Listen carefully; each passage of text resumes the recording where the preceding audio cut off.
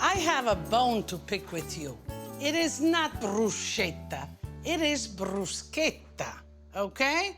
Can we get that right? And for great bruschetta, you need a nice bread, sort of a rustic bread that has a lot of gluten in it, that has a nice bite, and it grills well. So let's cut some slices here. And the bread could be even a day old. That's perfectly fine. You can put it on a grill or just a griddle like that.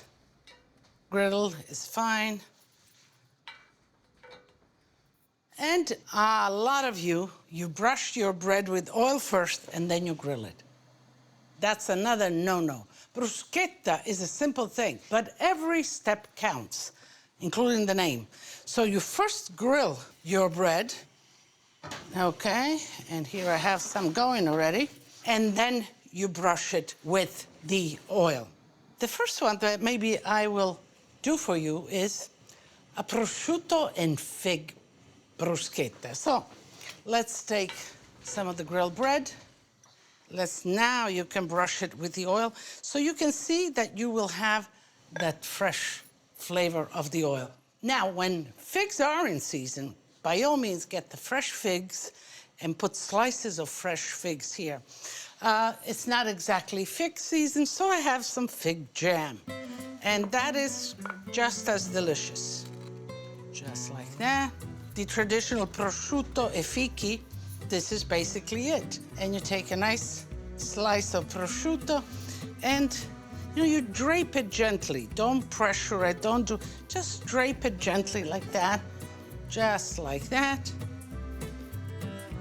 A little bit of fresh ground pepper right on top. Okay, that's one bruschetta. So the next bruschetta, braised vegetables, really good, like escarole, like chicory. I love that. Well, this I had some leftover escarole and just pile it right on the bruschetta. Okay, and you can put on top of here pecorino cheese or anything else, but I like ricotta salata. Ricotta salata is regular ricotta, which you all know and you love. And then I just grate a little bit on top, just like that. And this is a delicious bruschetta. 1, 2, 3. Let me check. I'm always afraid of the bread burning. I just turn it over a little bit. Okay. And let's leave it like that. So now I'm going to make a bruschetta with tomato and mozzarella. First, always a little bit of brushing with the oil so the flavor comes in. And here I have some beautiful heirloom tomatoes. So I would do this. You can chop the tomatoes up, but this is so beautiful that I would just do it like this. And a little bit of mozzarella. Let me put just a little bit of salt on that. And maybe a little drizzle of oil on that tomato. And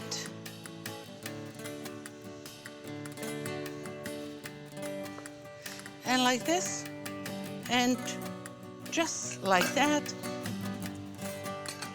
This is just like a caprese, so we certainly can do something like that with a little basil on top. And again, a drizzle of oil, just like that. And that's another rendition of a bruschetta. Okie dokie.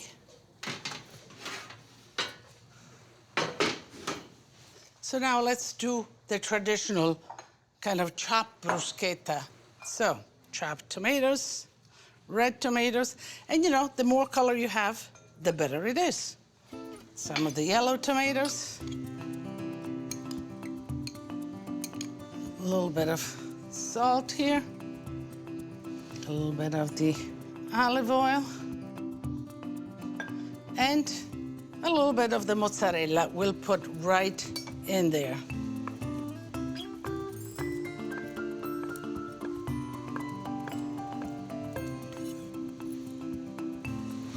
bit of basil in there.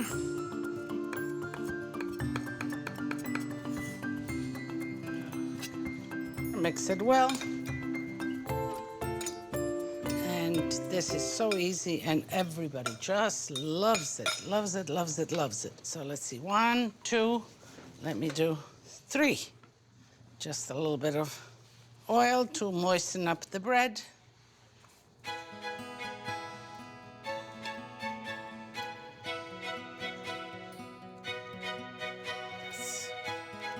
And do not leave the stuffing on top of the bruschetta for a long time, because then the bread will get soggy. It all looks pretty good. Let me just drizzle a little bit of the oil on the bruschetta here, and this one we did. And then here I have a little reduction of the balsamic vinegar. It's nice and syrupy, and that will be delicious on your bruschetta with the prosciutto. And I think this we're ready.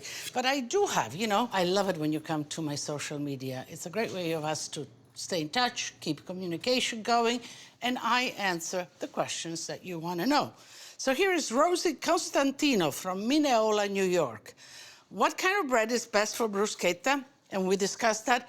A nice country bread that has, you see all these little kind of holes in there. That means that the gluten is worked well. So you want a good country bread, grill it properly, and of course the oil only after it's grilled.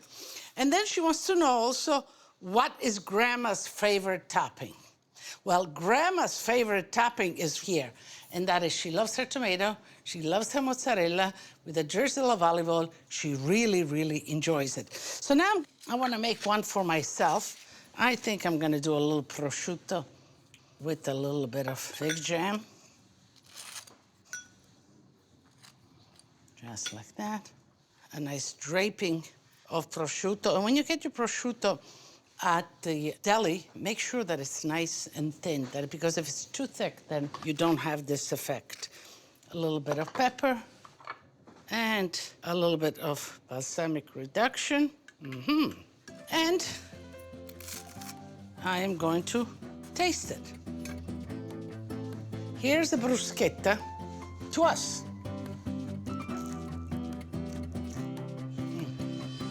It's delicious.